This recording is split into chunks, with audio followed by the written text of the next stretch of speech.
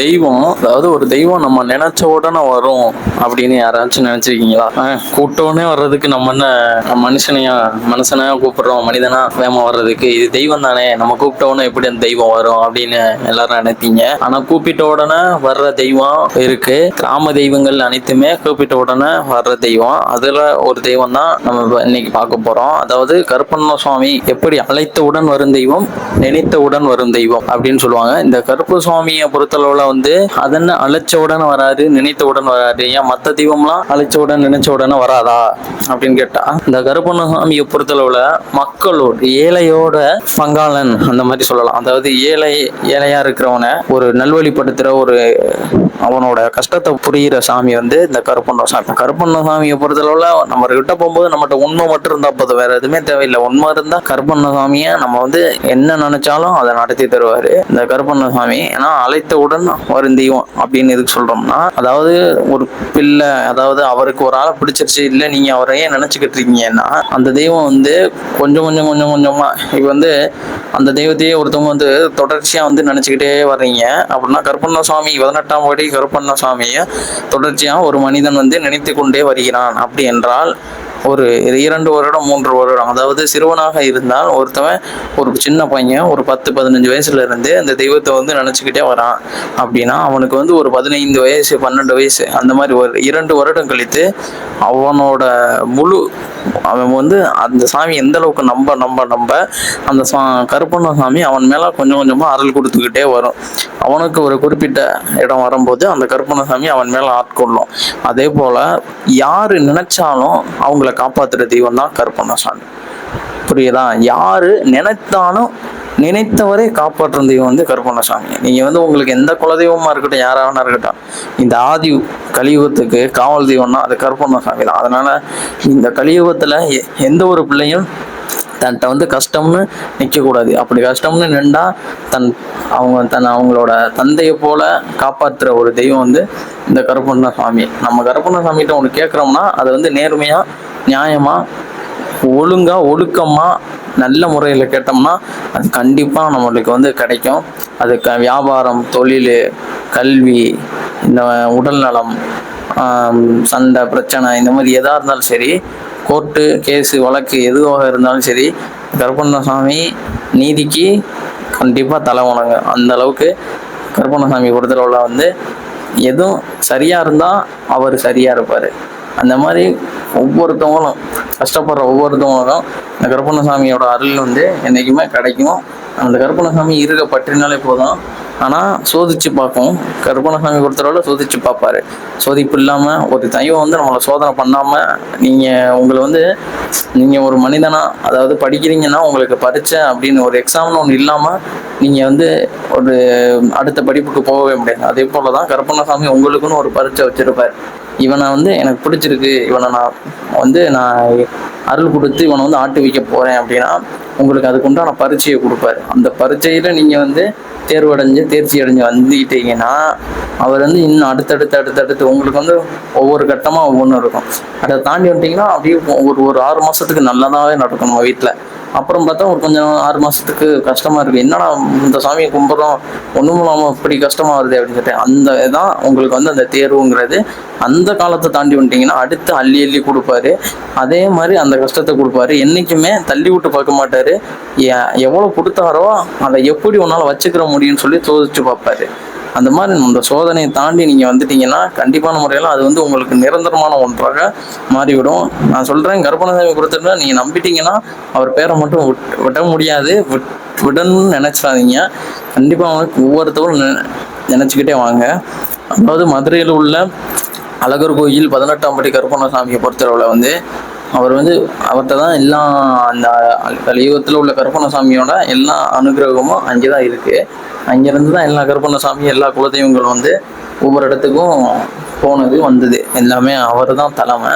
இந்த அழகர் மலை 18ஆம் படி கருப்பண்ண சாமியை பொறுத்தளவில் ஒரு கடவுளை காப்பாற்றுற தெய்வம், அதாவது ஒரு கடவுளையே காக்கிற தெய்வம் இந்த கருப்பண்ண சாமி. எப்படி ஒரு அரசனுக்கு ஒரு தளபதி அந்த நாட்டில் உள்ள போர் படைகளை வழி நடத்தி கொண்டு வரோம், அதே போல் இந்த அழகர் கோயிலில் உள்ள இந்த 18ஆம் படி கருப்பண்ணசாமி அந்த மந்திரி கூட போர்ல மட்டும்தான் பயன்படுவாரு. ஆனா இங்க இருக்கிற மந்திரி இவர் போகணும்னாலே இவர் வேணும். இவர் இங்க இருந்து அந்த இடத்துல இருந்து இந்த இடத்துக்கு வெளியே வரணும்னா இவர் அனுமதி இல்லாம வரவும் முடியாது, இவர் அனுமதி இல்லாம போகவும் முடியாது.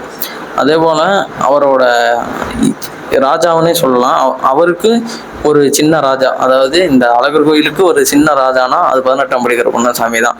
அழகருக்கு அணிவிக்கிற ஆடையில இருந்து, அவருக்கு கொண்டு போற சாப்பாட்டுல இருந்து, அவருக்கு அணிவிக்கிற மாலையில இருந்து, அவருக்கு மேல அபிஷேகம் பண்ற எல்லா தண்ணீர் திருநீர் எதா இருந்தாலும் சரி அது 18ஆம் படியான் வாசல்ல வச்சுதான் எடுத்துட்டு போகணும்.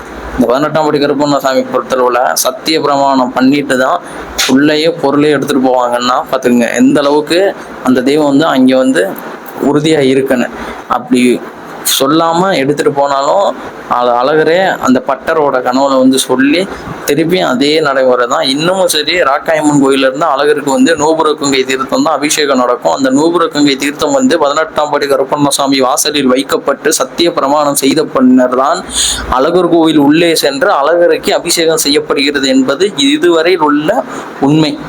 இந்த உண்மை யாராலையும் மறுக்க முடியாது. இது அழகர்கள் போற ஒவ்வொரு ஆளும் இருந்தாலும் அங்கே உள்ள பட்டர்கிட்ட கேட்டீங்கனாலே அவங்களே சொல்லுவாங்க.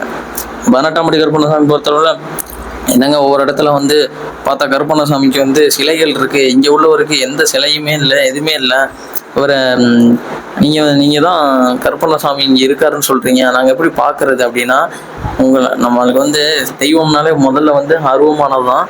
இந்த கருப்பண்ணசாமியை பொறுத்தளவுல வந்து அங்கிருந்து வந்து இங்க இருந்துட்டாரு, அருவமாவே மறைஞ்சு அவரோடைய அழகரோடையே சேர்ந்துட்டாரு.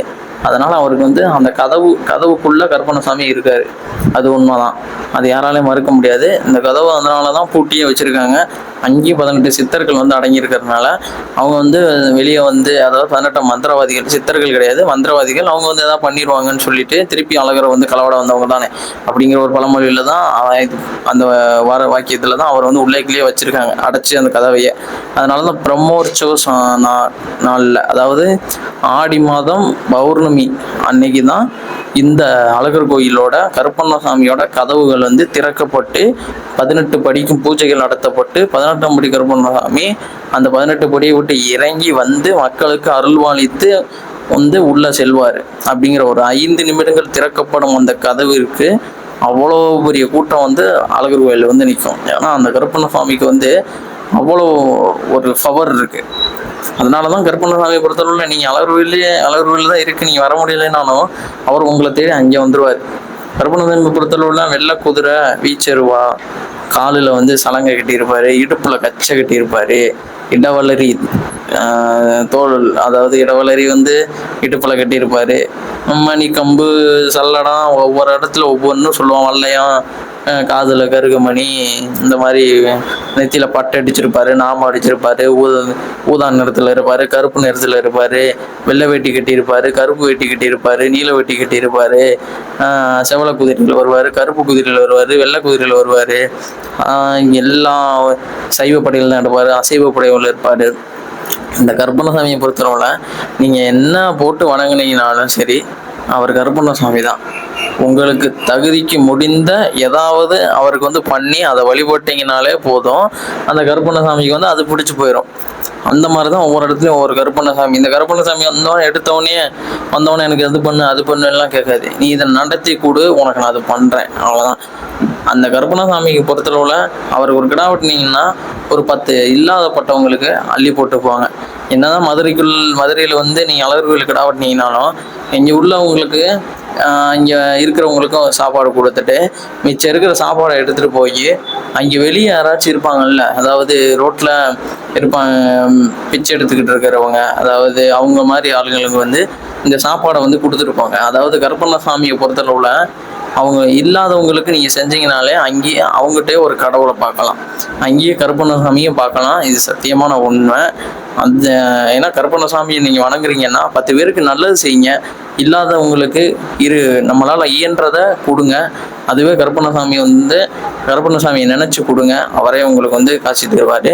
அதே போல் அழகர் கோயில் திருவிழாக்கு இறங்கும் போது அந்த கருப்பண்ணசாமியிட்ட தான் அழகர் வந்து உத்தரவு கேட்பார், போய் வரேன் கருப்பசாமி, அழகர் இது மதுரை மாநகரை நான் பார்க்கறதுக்கு போகிறேன், நீ வந்து இந்த அழகர் கோட்டைக்கு காவலாகவும் எனக்கு காவலாகவும் அங்கே வரைக்கும் வந்து என்னை கூட வா அப்படின்னு சொல்லி கூப்பிட்டுட்டு, இந்த மாதிரி எவ்வளோ நகை இருக்குன்னு சொல்லி அங்கே படித்து எண்ணி காட்டிட்டு அழகர் கோயிலோட பூட்டின சாவியை தூக்கி கருப்பண்ணசாமியோட படிவாசலுக்குள்ளே வச்சுட்டு போவாங்க. அதாவது அப்போது ஃபுல் டோரை திறக்க மாட்டாங்க, அதாவது முழு கதவையும் திறக்க மாட்டாங்க.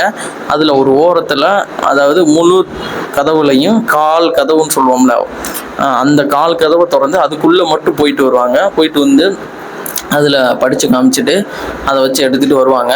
இந்த கருப்பண்ணசாமியை பொறுத்தளவில் இவருக்கு எந்த இதுவுமே இல்லைங்க. இவர் எப்படி தான் அழகரோட போகிறார் அப்படின்னா, அழகரோட அதாவது குதிரையோட முன் 2 கால் இருக்குல்ல, அந்த 2 காலுக்கு இடையில அந்த காலிலேயே உட்காந்து வர்றவர் தான் கருப்பண்ணசாமி. அழகர் என்னதான் அழகரே போனாலும் அவருக்கு முன்னாடி போய் அங்கே நின்று உட்காந்துட்டு தான் போவார் அவர். இது யாருக்குமே தெரியாது. அழகரோட குதிரையோட 2 காலிலையும் தான் கருப்பண்ணசாமி கொடி வாங்கி அந்த இடத்துல தான் நின்று போவார்.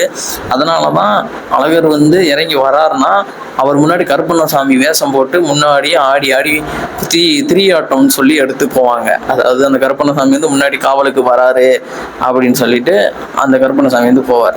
அந்த கருப்பண்ணசாமி அந்த அளவுக்கு சக்தி வாய்ந்தது. இன்னும் லட்சக்கணக்கான மக்கள் அங்கே நீங்க என்னதான் நம்ம சித்திரை திருவிழா அன்னைக்கு கூட்டத்தை பார்க்குறோம் மதுரைக்குள்ள, நீங்க மதுரைக்கு அவுட்டர்ல மற்ற நாட்கள்ல மதுரைக்கு வெளியே பாருங்க இங்கே அழகர் கோயிலில் என்னென்ன நடக்குது. அந்த கருப்பண்ணசாமி அந்த அளவுக்கு ஒரு சக்தி வாய்ந்த தெய்வம். அவருக்கு உருவம் இல்லை அருவம் இல்லைனாலும் அவர் அங்கே பார்த்தாலே போதும். அங்கே நீங்கள் எது வேணுமோ அதை சொன்னீங்கனாலே போதும், அது உங்களுக்கு நடக்கும். அதனால கருப்பண்ணசாமி பொறுத்தளவில் முழு நம்பிக்கையோட வாங்க. அழகர் கோயில் 18ஆம் படி கருப்பண்ணசாமிகிட்ட உங்களோட கஷ்டத்தை சொல்லிட்டு போங்க. கஷ்டம்தான் இல்லை, உங்களுக்கு நல்லது நடந்தாலும் நல்லதையும் அவர்கிட்ட சொல்லுங்க, கெட்டதையும் அவர்கிட்ட சொல்லுங்க, எல்லாத்தையுமே சொல்லுங்க. நல்ல நினைப்போட நல்ல மனசோட கருப்பண்ணசாமியை நினைக்கிற எல்லாருக்குமே கருப்பண்ணசாமியோட அருள் கிடைக்க வேண்டிக்கிறோம். அதே மாதிரி நம்ம தளத்தில் உள்ள இந்த வீடியோ யார் ஃபுல்லாக பார்க்குறீங்களோ உங்களுக்கு ஒரு அதிர்ஷ்டம் தான். இந்த வீடியோ ஃபுல்லாக பார்த்துட்டு கீழே கமெண்டில் கருப்பண்ணசாமி அருள்வாக்குன்னு கமெண்ட் பண்ணுங்க. இதில் எத்தனை பேர் கமெண்ட் பண்ணுறீங்களோ அவங்களுக்கு கருப்பண்ணசாமியோட குறி கிடைக்கிறதுக்கு, அதாவது அருள்வாக்கு கிடைக்கிறதுக்கு நாங்கள் ஏற்பாடு பண்ண போகிறோம். இது யாருமே வீடியோ ஃபுல்லாக பார்க்க மாட்டீங்க. ஃபுல்லாக பார்க்குற எல்லாருக்குமே இந்த அறிவிப்பு, அதாவது கருப்பண்ணசாமியோட அருள்வாக்கு உங்களுக்கு நாங்கள் வாங்கி தரப்போகிறோம். அதை நீங்கள் வீடியோ ஃபுல்லாக பார்த்துட்டு யார் எண்டில் பார்க்குறீங்க, எண்டு வரைக்கும் பார்க்குறீங்க, முடிவு வரைக்கும் பார்க்குறீங்கன்னா உங்களுக்கு அது அதிர்ஷ்டம் தான். அதே போல் ஒவ்வொரு வீடியோவோட கடைசியிலையும் இந்த வழிமுறைகள் நாங்கள் சொல்லுவோம். அதாவது எப்படி அருள்வாக்கு வாங்கணும், எங்கே போய் அருள்வாக்கு வாங்கணும், இல்லை ஃபோன் மூலமாகவே நடக்குமா, எந்த பற்றி நாங்கள் ஃபுல் எல்லா வீடியோ அடுத்தடுத்து வர போகிற எல்லா வீடியோவோட கடைசிலையும் நான் சொல்லுவேன். அதனால் வீடியோ ஃபுல்லாக பாருங்கள். இல்லைன்னா வீடியோவோட இடையில கூட சொல்லுவேன் எந்த ஒரு அட்ரஸ்ன்னு சொல்லிட்டு அந்த அட்ரஸ் கூட வீடியோவோட இடையில கூட எல்லாரும் வீடியோ ஃபுல்லாக பாருங்கள். இது வியூஸுக்காண்டி நான் சொல்லலை, உங்களுக்காண்டி தான் சொல்கிறேன். ஏன்னா என்னை தொடர்ந்து சப்போர்ட் பண்ணுற உங்களுக்கு எந்த பிரச்சனையும் இருக்கக்கூடாது. அதனால் நான் என்றைக்குமே கருப்பண்ணசாமியோட பக்தனாக உங்களுக்கு என்று துணையாக இருப்பேன். நன்றி, வணக்கம்.